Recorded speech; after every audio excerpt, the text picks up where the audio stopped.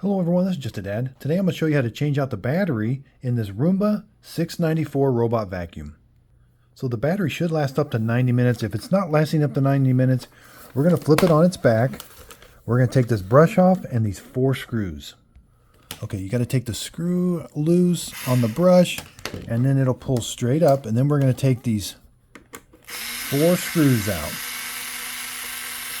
Here's one, here's one, there's one, and there's one. Okay, so the screw should stay in the panel. Now we're going to lift it straight up. There's the battery.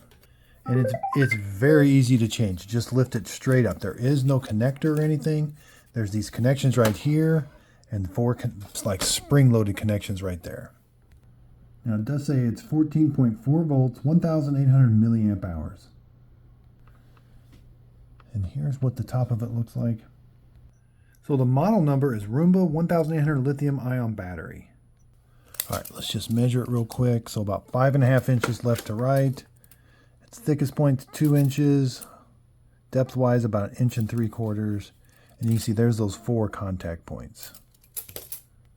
So when you get the new battery, you're simply going to just set it in there like this, and it will power it up.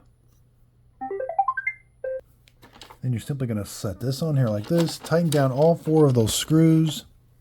Yeah, it helps if these tabs are folded in towards the battery.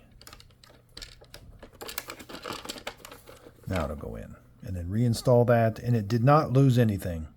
So I went to my Roomba's iRobot app, and I still have all my settings in there, so you don't lose your connection. So I hope this video helps. Thanks everybody for watching.